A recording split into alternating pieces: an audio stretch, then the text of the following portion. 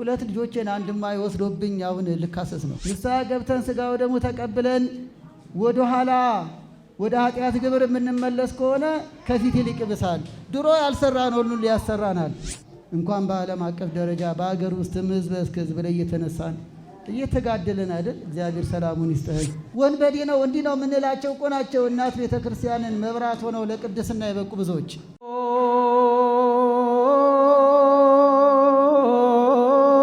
ሚካኤል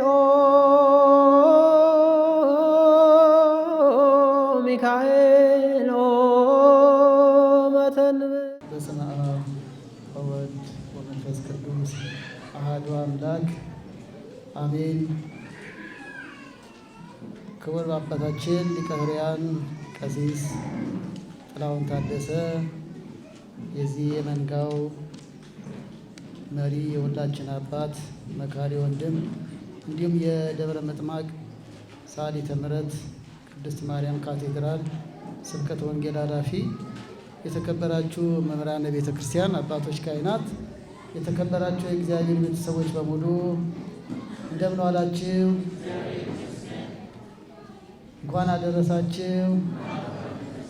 በቸርነቱ ጠብቆ ለዚህ ጭለት ይልቅም ለዚህ ታላቅ አገልግሎት ለ15ኛ ዓመት በዓል ያደረሰን ልዑል እግዚአብሔር ክብር ምስጋና ይግባው። በጣም ለጥቂት ደቂቃ የምንማማረው እንደ እግዚአብሔር ቅዱስ ፈቃድ ከቀጣይ እንደ ሁለተኛ ክፍል የተባለው ከቅድሙ እንደቀጠለ አድርጋችሁ ቁጠሩት እንጂ አዲስ ነገር አላመጣም። ወዘሂ አሎ ሰናይስ እይረድ ይንሳ ዘውስተ ቤቱ፣ በሰገነት ያለ በቤት ውስጥ ያለውን ያነሳ ዘንድ አይውረድ። ስለዚህ አንውረድ ተባብለን ነው የምንማማረው። የማቴዎስ ወንጌል ምዕራፍ 24 ከቁጥር 17። እንግዲህ ስለ ነገረ ምጽአት ሲነሳ ምልክቶችን ነግሮናል፣ ምሳሌዎችን ነግሮናል፣ ማስጠንቀቂያዎችን ነግሮናል። ስለ ነገረ ምጽአት ከምልክቶቹ አንድ ሁለቱን ስናይ ለምሳሌ ብዙኃን ይመጹ በስሜ፣ ብዙዎች በስሜ ይመጣሉ። ይህ ስንተነትነው አንዱልም ራሱ ዓለም እየተነተነው ነው። በክርስቶስ ስም ያሉ ከ300,000 በላይ ድርጅቶች እንዳሉ የተመዘገበ እንዳለ ይነገራል። በስሜ ይመጣሉ በክርስቶስ ስም። እዚህ ጋር አለ እዚህ አለ ቢላችሁ አትስሙ። እንኳን በውጭ በተለያዩ ተቋማት በቤታችን ውስጥ እንኳን ሆነው በተለያየ ስም የሚያሰናክል መንገድ የበዛበት ነው። በደብተራ ስም፣ በቀሳውስት ስም፣ በአጥማቂ ስም ይህ ሁሉ መንፈሳዊ ጸጋና የከበረ አገልግሎት ሆኖ ሳለ ያውን በግብረ ክህነት ግን ሊደንቀን አይገባም። ሊቃውንት ደባትራን እንዳሉ ሁሉ በደብተራ ስም ደግሞ ሌላ ተልእኮ ያለው ሊኖር ይችላል። ይህንን ግን ያለ ምክንያት አላነሳሁትም። አንዳንዶች ይደንቃቸዋል። እንኳን በደብተራ ስም በክርስቶስ ስም ይመጣሉ እኮ አለ፣ በራሱ ስም በባለቤቱ ስም። ስለዚህ እንዲህ ያሉ ቀሳውስት ብዙ ፍሬ እንደሚያፈሩ ሁሉ በትምህርተ ጥቅስ ሌላ ደግሞ ሳይላኩ ተልከናል የሚሉ በቀሳውስት ስም፣ ይህም እኮ ይሸጣል መርካቶ። ቤተ ክህነት እኮ አይሰጠንም፣ ገዝተን ነው። ክህነቱን ነው አባቶች የሰጡን። ስለዚህ ጸጉርም ደግሞ ይገዛል አሉ። እሱ ዊግ ምን ይሰራል? በባህታዊ ስም፣ በመናኞቹ ስም፣ በቄስ ስም፣ በመነኮሳት ስም አሉ። እግዚአብሔር ልቦና ይስጥልን። የሚገርመው ተከታዩ ነው እንጂ ቅድስት አርሴማ እንዲህ ያለችን፣ ቅዱስ ሚካኤል እንዲህ ያለን እያሉ ህልምና ራዕይ የሚናገሩትን እንዲሁ ሰው ሲከተል ይውላል። ሰሞኑን እሟሄዎች ሁሉ ቀኖና መስጠት ጀምረዋል አሉ። ሁለት ልጆቼን አንድማ ይወስዶብኝ አሁን ልካሰስ ነው። አሁን እናንተ ሳቁ፣ ምን አለባቸው? እኛ ቄሶቹ ሊጨነቅ ነው። እዚህና እዛ ልላቸው ማስታወቂያ እንዳይመስል ግን እኔ ሳልካቸው ልጆቼ ጻድቃኔ ገዳም 3 ወር ከርሞ መጡ። ማላካችሁ መቼ? ደግሞ እኮ ባሎቻቸውን ትተው ነው። እሟሄ ልከውን ነው እንዴ? ከመቼ ጀምሮ የትኛው እሟሄ ናቸው ቀኖና የሚሰጡት? አይ እጃችንን መዳፍ አዩና አንቺ ጻድቃኔ ሂጂ አለችኝ አሉ። ያው መዳፍ አይተዋው እኝማ በጣም ጥሩ ሟርተኛ ናቸው፣ እንደው አግኝተናቸው ባጠመቅናቸው። መዳፍ አይቶ ሚልክ ሟርተኛ ነው። ይሄ ሟርት መንፈስ ነው። ለማንኛውም ለአባቶች ነግረን እየተማከርን ነው። ግን ነጣቂው ብዙ ነው ለማለት ነው። እነማይም አላረፉም። ግን ብዙ የተከበሩ እማሄዎች ደግሞ አሉ። ጸሎታቸው ይርዳል። ወገኖቼ በክርስቶስ በስሜ ነው ያለው። በስሙ ለመምጣት ጠላት ዲያብሎስ ድፍረት ያለው እንደሆነ ተገልጾ በእማይ ስም በቀሳውስት ስም ሲመጣ አደንብሩ፣ ግን ከፍሬያቸው ለዩ። በሌላ መንገድ ተስፋ እንዳትቆርጡ፣ በዚህኛው ደግሞ ተስፋ ይኖራቸው። ዛሬ አሁን ብፁዓን አባቶች ሌሎችም አባቶች እየመጡ ቢሳተፉ እንዴት ጥሩ ነው። ይሄ እኮ ተስፋ የሚሰጥ ነው። በቲክቶክ በፌስቡክ እያዩ ተስፋ እየቆረጡ ጠረጴዛ እየመቱ የሚናደዱ እኮ ብዙዎች ናቸው። እዚህ ቢመጡ ግን ደስ ብሏቸው ይሄዳሉ ማለት ነው። በዛኛው ተግባራችን የሚበሳጩብን ብዙዎች ናቸው። በዚህኛው ተግባር ደግሞ ተስፋ። ስለዚህ ይመናል እንዲሆኑ እንዲያደርጉ በሉት ዋወደሙት በሚለው ተስፋ እንዳትቆርጡ። ይኸው ፍሬ በሚያፈሩ ካህናት ደግሞ ተስፋችሁ ይለምልም። ወይትነሱ ሕዝብ ዲበ ሕዝብ ይላል። ሕዝብ በሕዝብ ላይ ይነሳል። እንኳን በዓለም አቀፍ ደረጃ በአገር ውስጥም ሕዝብ ከሕዝብ ላይ እየተነሳን እየተጋደለን አይደል? እግዚአብሔር ሰላሙን ይስጠን። ወይመጽእ ረሃብ ይላል። ቤቱ ይቁጠረው። የረሃብ ነገር የምትሰሙት ነው። ሌላው ሐሳውያን ይላል። ሐሰተኞች መብዛትን። ሌላው ወብዙኃን ያሉ ሃይማኖቶሙ ፍቅሮሙ፣ ብዙዎች ሃይማኖታቸውን ፍቅራቸውን ይተዋሉ። ወዘሳ አዝለፈ ትዕግሥቶ ውእቱ ይድን፣ እስከ መጨረሻው የሚጸና እርሱ ግን ይድናል። በሃይማኖቱ በንስሐ በሥጋ ወደሙ በምግባር የጸና እርሱ ይድናል ይላል። ስለዚህ ምልክቶችንም መፍትሄዎችንም ነግሮናል። ክብር ይግባውና ምሳሌዎችንም ነግሮናል። ለምሳሌ ማቴዎስ 24 ቁጥር 32 ላይ በለስ ጫፎቿ ሲለሰልስ ሲለመልም በጋ እንደቀረበ ታውቃላችሁ። ያው ሊቃውን ሲተረጉመዋል። በለስ የተባለው እስራኤል ናች። እስራኤል ኃያል ነኝ፣ ገናና ነኝ፣ ታላቅ ነኝ ስትል ይህ የነገረ ምጽአት መምጫ ምልክት እንደሆነ እወቁ። በለስ የተባለ እስራኤል መሆኑ ምሳሌ ነው። ሌላው መብረቅ ይላል። ከምስራቅ ወጥቶ እስከ ምዕራብ እንደሚታይ እንደዚሁ ድንገት ይሆናል። በመብረቅ መስሎ የነገረን ድንገት ይሆናል። በዚያች ቅጽበት ነው የመብረቅን እንቅስቃሴ በተፈጥሮ ዑደት ውስጥ የምናየው። ነገረ ምጽአትም እንዲህ ይሆናል። ፕሮግራም ተይዞ በቴሌቪዥን ተነግሮ ባነር ተለጥፎ እነ መምህር ገሌ ይመጣሉ ታዋቂው እንደሚባለው አይደለም እሱ የሚመጣው። እንደሱ እንዳጠብቁ አደራ። አሁን ማስታወቂያ ስለለመዳችሁ ምጽአትን በማስታወቂያ እንዳይመስላችሁ። እኛንን ባነር ለጥፈን እወቁን የምንለው እንጂ እርሱ ግብተ ይመጽእ ነው። ድንገት ይመጣል። በድንገት ይመጣል። ፌስቡክ ላይ አይለጠፍም፣ በቲክቶክ አይነገርም። አውደ ምሕረት ላይም እኛም ስለማናውቀው አንነግራችሁም። ወልድም ቢሆን አያውቃትም፣ የሰው ልጅም ቢሆን ሲል ነው። ሥጋ የለበሰ አያውቃትም።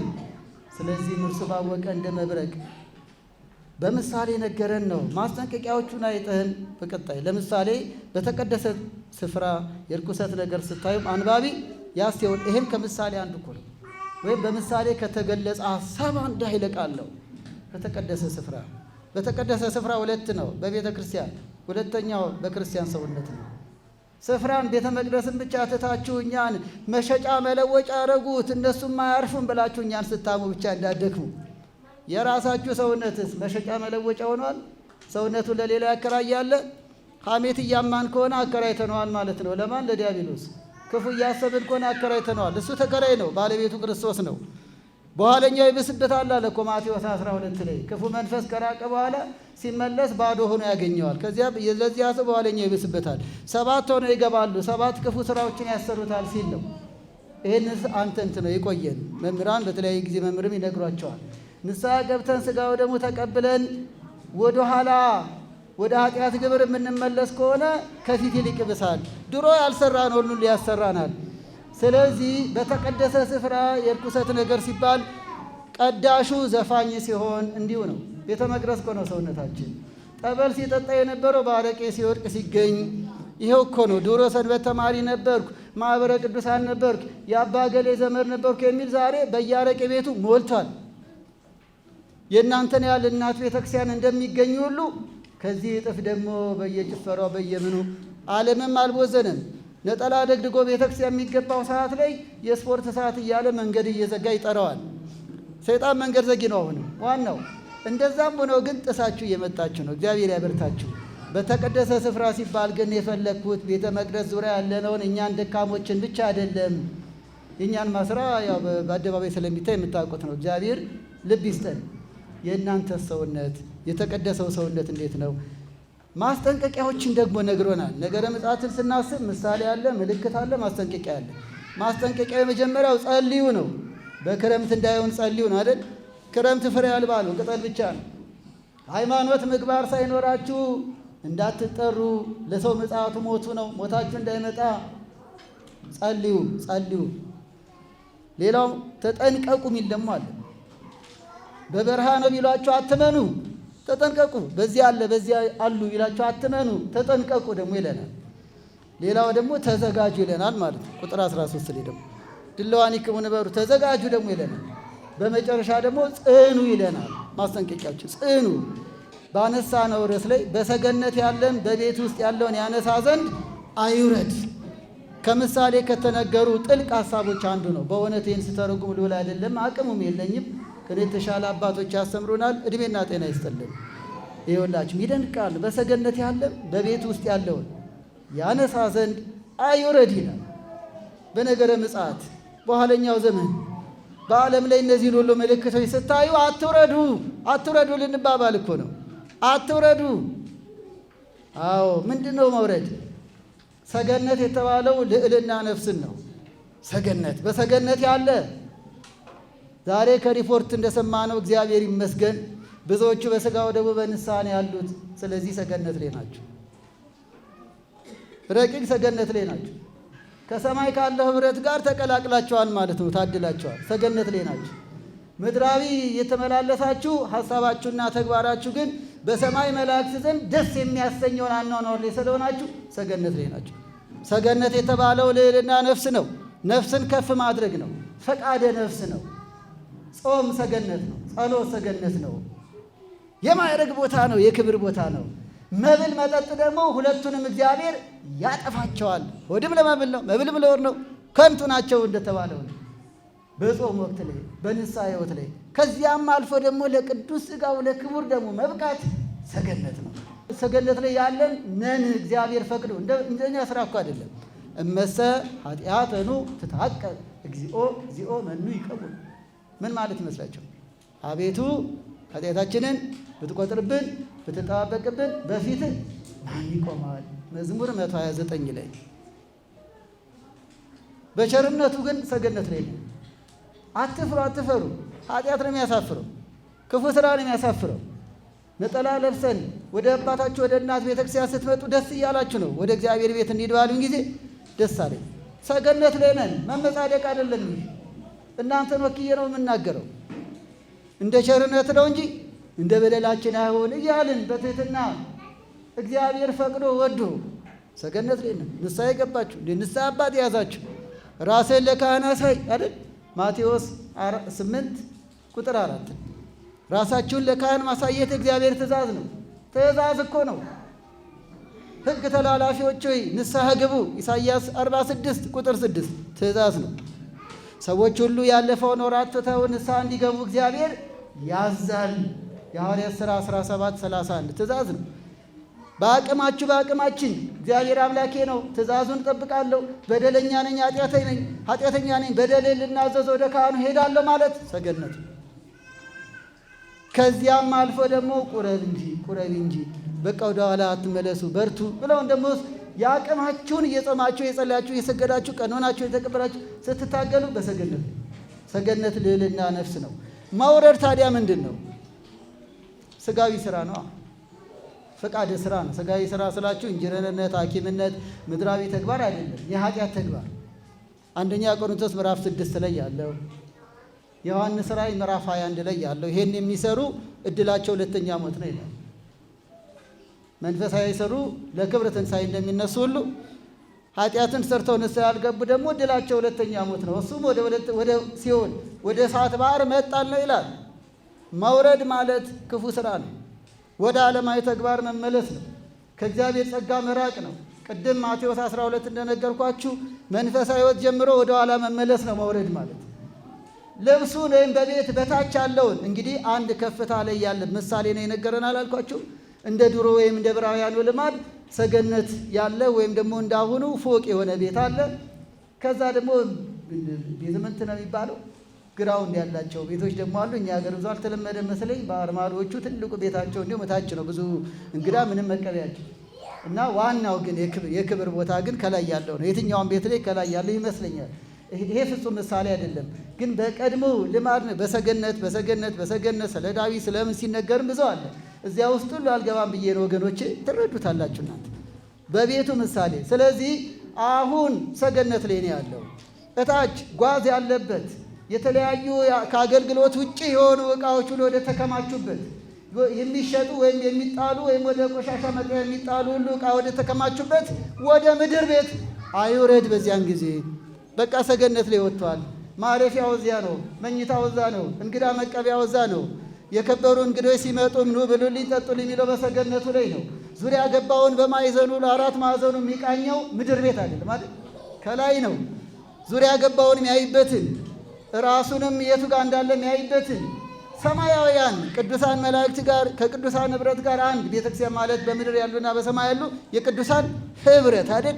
በዚያ ኅብረት በሰገነት ላይ ያለ ወደ ታች አይወረድ ሲል ወደ ሥጋዊ ተግባር፣ ወደ ዓለማዊ ተግባር፣ ወደ ክፉ ሥራ ወንድሞቼ ዓለምን መውደድ ከእግዚአብሔር ጋር ጥል ነው እንዳለው በያዕቆብ ምዕራፍ 4 ላይ አይውረድ። በእውነት በዚህ ውስጥ አንድ ሁለት ነገር አንስተን እስቲ እናውቃ። እግዚአብሔር ይመስገን በዚህ ደረጃ ነው ያለ ነው። ድንገት ይሄ ሲነገር ግን የወረደም ሊኖር ይችላል። ከዚህ በኋላ አትውረዱ። አሁን ይህ ጉባኤ በሰገነት ነው ያለው። እኛም በአቅማችን በየንስሐ ልጆች የምናገለግል በሰገነት ነው። ይሄን ጉባኤ ቸል ብንል ወይ ብንበትን ወደ ምድር ቤት ወረድን ማለት ነው። እኛም ቁረቡ ንስሐ ግቡ እያልን ነው። እንዲህ ባንል እግዚአብሔር ይጠይቀናል። አይደለም መውረድ ያስጠይቀናል። አልመከርከውም አልመለስከውምና ደሙን ከእጅ እፈልጋለሁ ይላል። የሚጠይቀን እኮ እርሱ ነው። ብንወርድ እኛ ምን የምንጠየቀው? ጸሎታችሁ ይርዳን እንዳንወርደር ሕዝቅኤል 33 ላይ ለዚህ ነው ከእጅ እፈልጋለሁ ይላል። በሌላ ቦታም ኤርምያስ 23 ላይም በጎቼን በትናቸዋል ይላል። እንዲህ እንዳንባል እኮ ነው የምንሰበስባችሁ። ዋናው ስራችን እኮ ስለሆነ ነው። ይሄ እኮ አያመጻድቅም። ለመጽደቅ ብለን እኮ ነው። ግዴታችን ስለሆነ እኮ ነው። እኛ እኮ ጸሐፊና አለቃ እንድንሆን የተሾመን እኮ አይደለንም። እርሱ እኮ የቢሮ ስራ ነው። ቢሮ ሳይኖር እኮ ቤተክርስቲያን አለች። ቤተ ክህነት ሳይኖር እኮ ቤተክርስቲያን አለ። ለጽህፈት ቤት ስራ፣ ለስታክሲክስ፣ ለሂሳብ ስራ የተመደብን አይደለንም። እኛ አያቅተን ይሆናል ካጠና ነው። እሱን እናንተ ስሩት። የእኛ ስራ የእናንተ ቁጥር ነው፣ የእናንተ ህይወት ነው። እናንተን መጠበቅ ነው። ራእይከ አባጌ ነው የተባልነው። በጎቼን ጠብቅ ነው የተባልነው። ምንቀድሰው ምናወድሰውም ለራሳችን ስንለው ካህን ምስጢራትን እየፈጸመ አብነት መሆን ስላለበት ነው። አንዳንዴ ይህን አባቶች ባሉበት እንናገራለን በድፍረት። ንስሐ ልጅ መያዝን የሚሸሹ ሊኖሩ ይችላል። ይህ ባለንበት እኛው በእኛው ስን እንወቀሰቀሳለን። የመጀመሪያውም የመጨረሻውም ግዴታችን እናንተን መጠበቅ ነው። ስለዚህ ማድረግ የሚገባንን ነው እያደረግን ያለ ነው። ግን ስጋታችንና የምትጸልዩልን እንዳንወርድ ነው። የወረዱት ደግሞ ወደ ሰገነት ሊበሉ ቢያንስ በእግዚአብሔር ቸርነት በቅዱሳን ቃል ኪዳን አትውረድ። መውረድ ወደ ኋላ መመለስ ነው ባጭሩ። ቅዱስ ጳውሎስ በገላትያ ምዕራፍ 5 ቁጥር 1 ላይ በባርነት አትያዙ አይደል? ወደ ኋላ መመለስ፣ በባርነት አትያዙ። ንስሐ የገባን ከክፉ ልማድ ለመውጣት እየታገልን እንደው ሊቀ ኅሩያንን አደከምኳቸው፣ እንደው እሳቸው ጋር ሁሌ ሄድም ደፈራው ብላችሁ ብትመለሱ ወርዳችኋል ማለት ነው። ለነፍሳችን ስንል ነው የምናገለግላችሁ።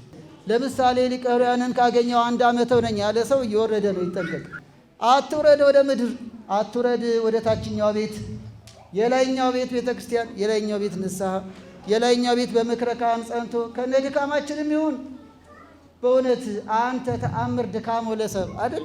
አንተ የሰውን ድካም ታውቃለህና ደካማነታችንም እሱማ ከኛ በላይ ያውቃል። ክብር ይግባውና ከነ ድካማችን ማረን፣ ይቅር በለን። ቤተ ክርስቲያን ሐኪም ቤት ናት። ለዚህ ነው ዘወትር ወደ ካህን ወደ ሐኪሙ የምንሄደው። ፍርድ ቤት አይደለችም፣ ልንታከምባት ነው። እናት ቤተ ክርስቲያንን የሰጠን አምላክ ክብር ይግባው። መውረድ ወደ ኋላ መመለስ ነው።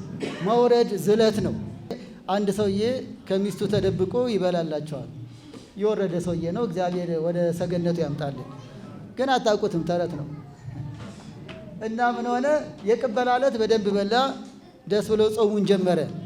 በኋላ ላይ አላስችል ብሎት ጓደኞቹ እንብላ እንጠጣ ሲሉ ወደ ስጋው ተመልሷል። ልክ እኩለ ጾም የደብረ ዘይት ዋዜ ማለት ውጪ ያ ምናምኑ በላና ማታ ላይ ደግሞ ሚስቱ ጋር ፉን ጠራርጎ የሚስቱን ሽሮ ሲጎርስ ቅዱሱና እርኩስ ሆነ መሰለኝ። ተጋጨበት። ተጋጨ ከውስጥ ተጋጭቶም አላበቃ አሰናበተው። ሚስቱ ፊት ሲያሰናበተው የወጣው ቅቅሉ ምናምኑ ዱለቱ። ሚስቶዬ እንዴ ምን ነው ባልተቤቴ ከኔ ተደብቀህ ትበላለህ ማለት ነው? ለምን እንደዚህ ይሆናል? ለምን ወረድክ እኮ ነው። ለምን ወረድክ? ምን ነው? አጅሬው ግን ምን አለ መሰላችሁ እንዴ? ይሄ እኮ የቅበላ ዕለት የበላሁት ነው።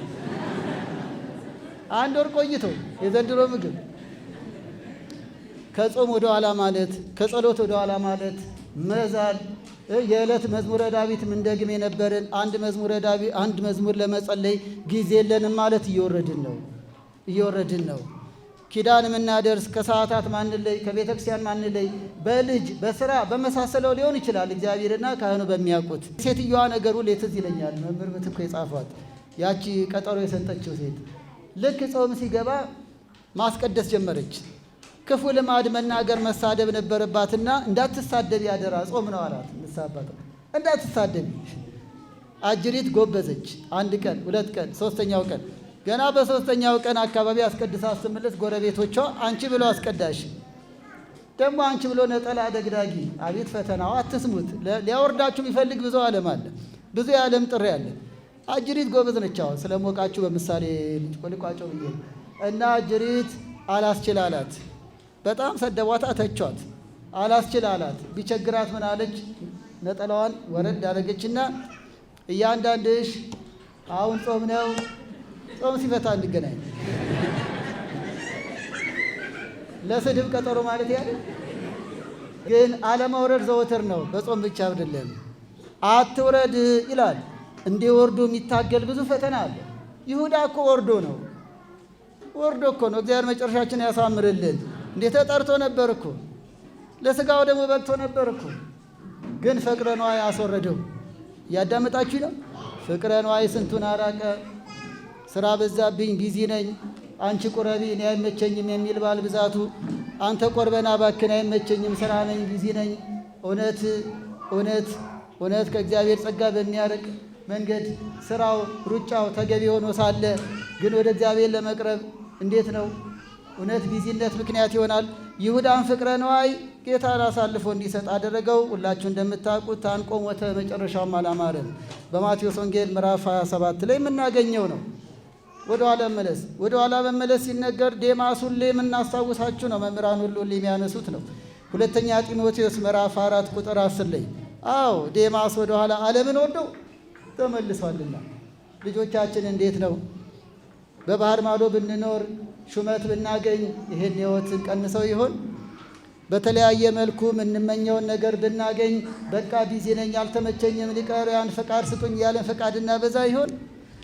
በተለያየ ስጋዊና ምድራዊ ምክንያት በእውነት እንደ ዴማስ ወደ ኋላ እንመለስ ይሆን? ስለዚህ አባቶቼ፣ እናቶች፣ ወንድሞች፣ እህቶች አትውረድ እንዳለው ይልቅም በዚህ ጊዜ ከዚህ መንጋ ያልሆኑትን ወደዚህ ሰገነት እንዲመጡ መጣር በሚገባን ጊዜ እኛ እንወርድ ይሆን? ለሌሎች መሰናከል ምክንያት እንደሆን ይሆን? ወይስ ሌሎች ወደ ሰገነቱ እንዲመጡ ምክንያት እንደሆን ይሆን? በእውነት ዓለም የሚያስወርድ ነገር ይጠይቃሉ።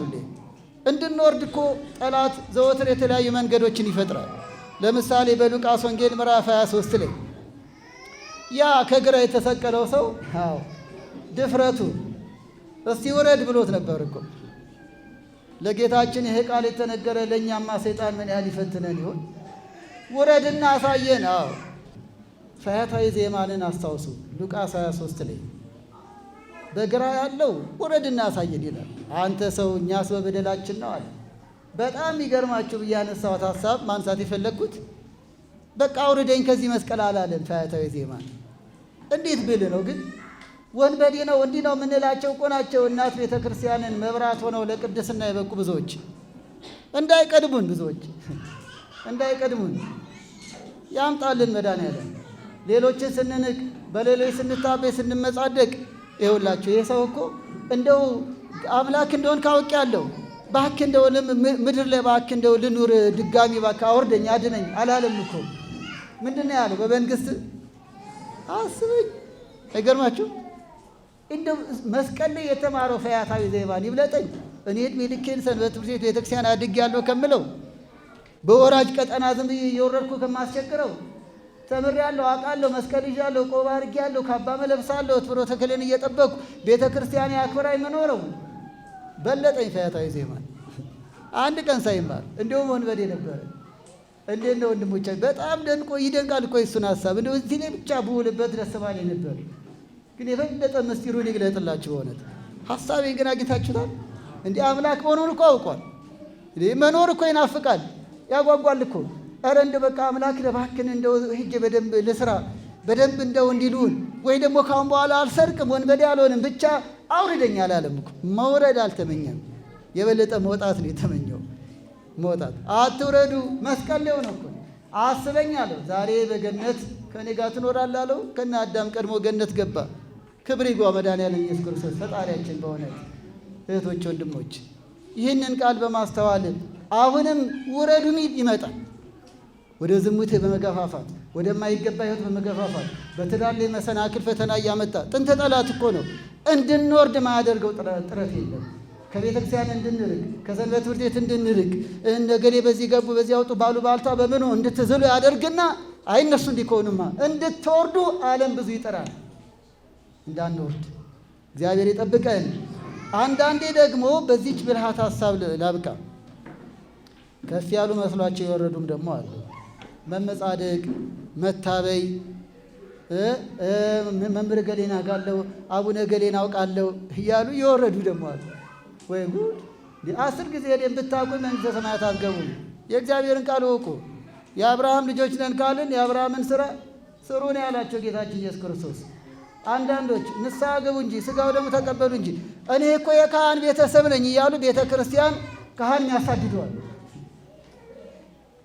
እኔ እኮ የነ መልአከ ሰላም ዘመድ ነኝ ይሉና ግን ቤተ ክርስቲያንን ሰላም ያሳጡ ደብረ በጥብጦች አሉ። አስቀዳሽ ነኝ እያሉ ሰው ያባርሩ አሉ።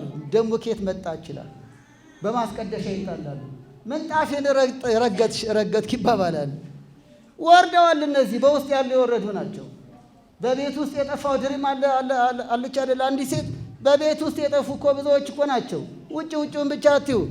ሰንበት ትምህርት ቤት ሆነው የማይቆርቡ አሉ። ካህናት ሆነው ለስራ እንጂ ንስሐ የገቡ የማይቆርቡ አሉ አለን።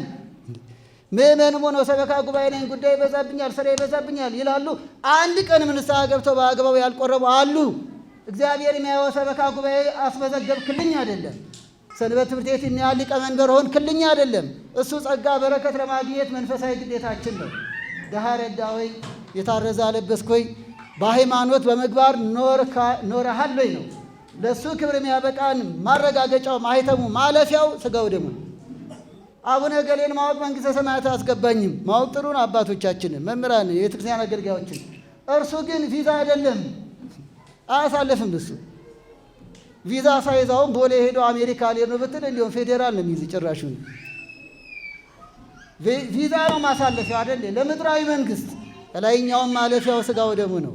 የንስሐ ሕይወት ነው፣ በጎ ስራ ነው። ታዲያ አንዳንዶቹ የወጡ መስሏቸው የወረዱ አሉ። እንደዛም እንዳንዶን ነው። አፍኒንና ፊናስን ያዋቸው ነገሩ ቢከብድም በአንደኛ ሳሙኤል ምዕራፍ 2 ላይ የቤተ መቅደስ እኮ አገልጋዮች ናቸው። ከታቦታው አጠገብ ነው ያሉት።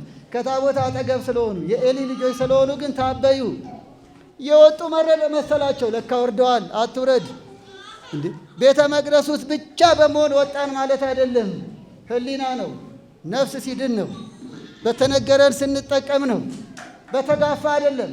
የተጋፋ ሁሉ እኮ አልዳነም። እጇን በእምነት የዘረጋች ነች አይደለ? ኃይል ከኔ ወጣ የተባለላት 12 ዓመት ደም ሲፈስ ከነበረ ችግሯ የተወገደላት እጇን በእምነት የዘረጋች ነው።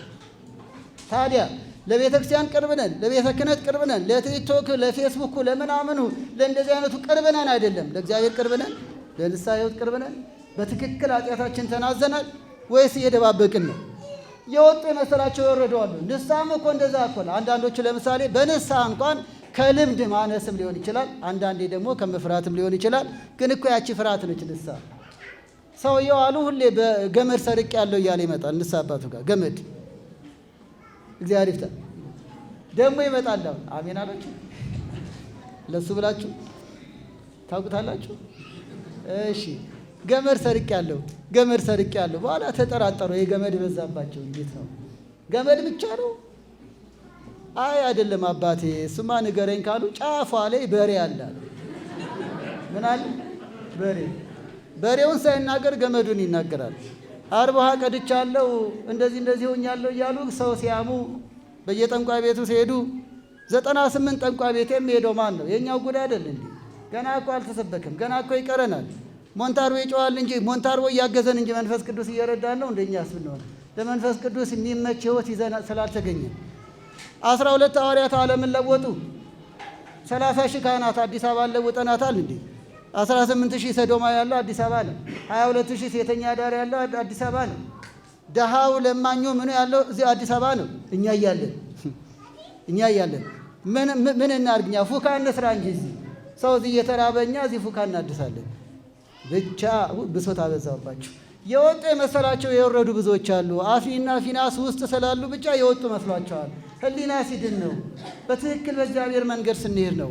ገመዱን ሳይሆን እውነተኛውን ንስሐ እየገባን ስንኖር ነው። እግዚአብሔር አይዘበትበትም አይደል እንዴ? ልጆቻችን እናንተ አታደርጉት ይሆናል፣ ግን ምከሩ፣ ግን እንተጋገዝ፣ ስለ እውነት እንናገር፣ እውነትን እናስፋፋ እና ለሰው ሳይሆን ለእግዚአብሔር እናድላ። ይሄው ነው። ከዚህ አንጻር የወጡ መስሏቸው ወረዱ ነው። ሮብዓምን አስታውሱት። ሮብዓምም የወጣ የተሾመ መስሎታል። አዎ ተሾሞ ነበረ። ታሪኩን አልተርክም፣ ግን ለእስራኤል ለሁለት መከፈል ምክንያት ሆነ። አንደኛ ነገሥት 13 ላይ ክፉ ምክር ሰምቶ ወረደ። ተሾሞ ነበር እኮ ተቀብቶ ነበር። ክፉ ምክር ሰምቶ ሕዝቡ ላይ መከራ በዛ፣ ለእስራኤል መከፈል ምክንያት ሆነ። ሮብዓም ወረደ። እራት ውረዱ። የሚወርዱ የበላይ አካላት ይኖራሉ፣ የሚወርዱ የቤተ መንግሥት አካላት ይኖራሉ። እንደ ሮብዓም ለብዙ ጊዜ ተሾመው ለብዙዎች መከፈል ምክንያት ቢሆኑ ይኖራሉ። ይሄው ነው ምክንያትነታችን። ለማን ነው? መስሪያ ቤቱ እንዲበጠበጥ፣ ተቋሙ እንዲበጠበጥ፣ ትዳሩ እንዲበጠበጥ ምክንያት ከሆንን እንደ ሮብዓም ወርደናል ማለት ነው። አካባቢው እንዲበጠበጥ፣ ባልና ሚስቶች እንዳንስማማ ምክንያት ሆነን ከሆነ ወይ በአንደበታችን ወይ በአኗኗራችን እንደ ሮብዓም ተቀብተን ነበር፣ ተሾመን ነበር፣ ግን ወረድን ማለት ነው። ዓለምን ምክር ሰምተናል ማለት ነው። የሽማግሌዎችን ምክር ትቶ እኮ ነው የወረደው። የካህኑ ምክር፣ የቤተ ክርስቲያንን ምክር እየተዉ የወረዱ ግን በእነሱ ቤት ላይ ያሉ ይመስላቸዋል። ወገኖቼ በሃይማኖት ብትኖሩ ራሳችሁን መርምሩ። ሳኦልም እኮ እንደዛ ነው። ስለ ሳኦል ሲነገር ራሳችሁን አስቡ። ስለ አንድ የእስራኤል ንጉሥ አይደለም፣ ተቀብቶ ነበር ነው። በቅባ ሜሮን ከብረናል፣ በሥጋው ደሙ ኖረናል። እግዚአብሔር ይመስገን። ግን ይወረደዋል። ከቆረብኩ 6 ዓመት ሆነ የሚል አለ። ከተጋባን ጀምሮ አልቆረብኩም የሚል አለ። የዛሬ 8 ዓመት ስንጋባ የቆረብንን የሚሉ አሉ። ወርደዋል ማለት ነው። ለመቀባትማ ለመጠራት ሳኦልም ተሾሞ ነበር እኮ። እናም ወገኖቼ ሐናንያና ሰጲራን አስታውሱ። እድል ነበራቸው። ቅዱስ ጴጥሮስን የመሰለ ሊቀ ሐዋርያ እየመከረ እያስተማራቸው መንፈስ ቅዱስ በእርሱ ላይ ያደረ እነርሱ ግን ወረዱ። በምን ወረዱ? ዋሹ። ቤተ ክርስቲያንን የሚዋሹ፣ አንዳንዴ ሚካኤልን የሚወሹ፣ ትዳርን የሚዋሹ እንደ ሐናንያ እንደ ሰጲራ ወረዱ። ከመውረድም አልፎ ተቀሰፉ። በእነርሱ ቤት ግን ቅዱስ ጴጥሮስ ሲያናግራቸው ደስ ደስ እያላቸው የወጡ መስሏቸው ነበር። አሁንም ድንገት ከሌ እናውቃለን፣ ገዳማ ዞረናል፣ ብዙ ነገር ሰርተናል ብቻ አይደለም። ሕይወት እንዴት ነው? ዛሬ መንፈሳዊ ጉባኤ እጥረት የለብንም። መንፈሳዊ ሕይወት ግን እንዴት ነው? እውነት ኃጢአት በሚፈርበት ዓለም ውስጥ ከዛ እየራቅን ነው ወይስ ከፈበራኪው አንዱ እየሆንን ነው? እንዴት ነው ነገሩ? በዚህ ብንኮራም ደግሞ ብዙ የሚቀረን ነገር ስላለ ነው ወንድሞቼ እህቶቼ፣ ብዙ የሚቀረን ነገር አለ። ምክንያቱም ከጽድቅ ይልቅ ነውር እየበዛ ነው። ከአንድነት ይልቅ መጣላት እየበዛ ነው። ከህብረት ይልቅ መለያየት እየበዛ ነው። ከፍቅር ይልቅ መፋታት እየበዛ ነው። በሥጋው ደግሞ ከቤተ ክርስቲያን ልጅነት ኑሮ ይልቅ ቁጥሮች የሚያሳዩት አመራ ግብር አይደለም እንጂ ወደ ኋላ እየሄድን ነው። እኛ እንዴት ነን? ስለዚህ በሌላ ልንፈርድ አይደለም። ሰገነቱ ላይ ሆነን ከዚህ መንጋ ያልሆኑትን ወደዚህ ለማምጣት እንደ አባቶቻችን ምክንያት እንደሆነ ይሆን ወይስ እኛው ለመውረድ እያጎነበስን ይሆን? አጎንብሰን ይሆን ወደ ምድር ቤት? ይልቅም በዚህ ጊዜ ማንም አይውረድ። በምድር ያለውን ምድራዊ ነገር አይፈልግ፣ ትቶት መጥቷል። እንደ ሎጥ ሚስት ወደ ኋላ እንዳትመለከቱ፣ አልጠቀማትም። እግሯ ርቋል፣ ልቧ ግን አልራቀም አይደል? ዘፍጥረት 19 ይላል። ልቧ እኮ ርቋል፣ እግሯ ርቋል። ይቅርታ ብዙዎቻችን እንደ ሎጥ ተነግሯታል። እርሷም እኩል ሰምተን እኩል ማንተገብር ግን በዛል። እኩል ነው የሰሙት። ሎጥና ሚስቱ እንዳትዞሩ የሚለውን እኩል ነው የሰሙት። ከእናንተ ጋር እኩል ሰምተው እንደ ሎጥ ሚስት የዞሩ አሉ፣ እንደ ሎጥ የበረታችሁ ደግሞ አላችሁ። አንፍረድ፣ የዞሩትን እናምጣ። ወደ ኋላ የተመለሱብንን ሱባኤም ጸሎትም እያያዝን በፍቅር በምክክርም እናበርታቸው። ወገኖቼ እኛ ሳንወርድ ድንገት መውረድ ማለት ቅድም ተናግሬያለሁ። ወደ ኋላ መመለስ ጀምሮ መተው፣ ተሰብስቦ መበተን፣ ለቁርባን በቅቶ ወደ ኋላ ማለት፣ ጠበል እየጠጡ አድጎ ሰካራምና ወደ ዓለማዊት ግብር መመለስ፣ እንዲሆኑትን ሳንወቅስ ወደ ሰገነቱ እናምጣቸው። እንምከራቸው፣ ምክንያት እንሁን። ቢያንስ እነሱን በማምጣት እግዚአብሔር ይምረናል፣ ይቅር ይለናል፣ ይቆጥርልናል። ለዚያ መስዋዕትነት ክፈሉ፣ ካህናቱንም አግዙ። የሙሴን እጅ ሁለቱ አሮንና ሆር ደገፉ አይደለ? እጆቻችንን ደግፉ። ይሄ ነው ልክ እንደ ኮሚቴ፣ ሁላችሁም ኮሚቴ ሆኑ። ሰው የሚድንበትን፣ ድሃ የሚጎበኝበትን፣ የአብነትም ተማሪዎች ደስ ብሏቸው የሚማሩበትን፣ መምህራን ማይሰደዱበትን የካህኑን የሙሴን እጅ ደግፉ። የሙሴን እጅ ደግፈው ነው ጠላት የተሸነፈው። እንደጋገፍ እያልኳችሁ ነው ልጆቻችን። በጸሎት ደግፉን፣ በሐሳብ ደግፉን፣ በምክር ደግፉን። እንዳንወርድባችሁ፣ እጃችን እንዳይዝል፣ እንዳንታማባችሁ፣ ምናስነቅፍ እንዳንሆንባችሁ። የትኛውም ወላጁ ሲነቀፍበት አይወድም። እኔም ስነቀፍባችሁ አትወድም ልጆቻችን። ስለዚህም ደግፉን በምክር በጸሎት ግልጽ በሆነ ሐሳብ ቀሲስ እንዲያደርጉ እንዲህ ደግሞ ብናደርግ ለእናት ቤተክርስቲያን እንዲህ ቢሆን በዚህ መልኩ እንዲህ ቢሆን በሉ። ይቀጥላል ሕይወት። ስለዚህም አትውረድ እንዳለ ሁሉ የወረድን የወጣን መስሎን እንዳንወርድ እንጠንቀቅ። ዋናው መገለጫው ከንስሐ ከቁርባን አለመራቅ ነው። ትክክለኛ በደልን እየተናዘዙ መኖር ነው። የተጣላን ይቅር እየተባባልን የበደለ እየካስን ምክረ ካህን እየሰማን መኖር በሰገነቱ ላይ መኖር ነው። ከሰገነቱ በኋላስ ወደዚያ ነው መሸጋገር። ኑ እናንተ አባቴ ብሩካን የሚባሉት በሰገነት የኖሩት ናቸው። ከምድር ቤት አይጠራም። ምክንያቱም ያለ ወደ ቀኝ ቁመት ነው። ተመልሰዋላ። እንደ ሎጥ ሚስት ወደ ኋላ ሆነዋላ። ስም አጠራራቸው አጉል ሆነዋላ። እንደ ይሁዳ እንደ ዴማስ ተመልሰዋላ። ስለዚህ ከሰገነቱ በኋላ ወደ ላይ ነው። አንውረድ ያለው ለዚህ ነው። አንውረድ፣ በዚያው ከሰገነቱ ወደ ላይ መሻገር። መሻገሪያው ላይ ደርሰናል። በዚያው እንጽና። አምላካችን ሁሉ እግዚአብሔር በሰገነቱ በንስሐ ሕይወት፣ በሰገነቱ በሥጋው ደሙ ሕይወት፣ በሰገነቱ በጾም በጸሎት፣ በሰገነት በእናት ቤተክርስቲያን አገልግሎት ጸንተን እንድንኖር ረድኤቱ አይለየን። ወላዲተ አምላክ ቅድስተ ቅዱሳን ድንግል ማርያም አገልግሎታችንን ከፊት ቀድማ ትባርክልን። ለዚህ ጊዜ ያበቃን አምላክ ደግሞ ለከርሞ ሌላም ጊዜ የበለጠ እያገለገልን በረከት እንድናገኝ ይርዳን። በርቱልን። በእውነት ዛሬ ብዙ ተሞክሮ አይቻለሁ። ንስሐ ልጆቼ ጋር በቀጣይ ስብከቴ ዛሬ ያየሁት ተሞክሮ ነው። ከእናንተ ተምሬያለሁ። አባታችንን ከነ ክብርት ባለቤታቸው ረጅም ዕድሜ ከሙሉ ጤንነት ጋር ይስጥልን። ልጆቻችንም በሰገነት ላይ አድርሰውናልና እነርሱንም እየጠበቅን እናንተም ከሰገነቱ ሳትወርዱ በዚሁ ለክብር እንዲያበቃን ልዑል አምላካችን ቅዱስ ፍቃድ ይሁንልን። አሜን።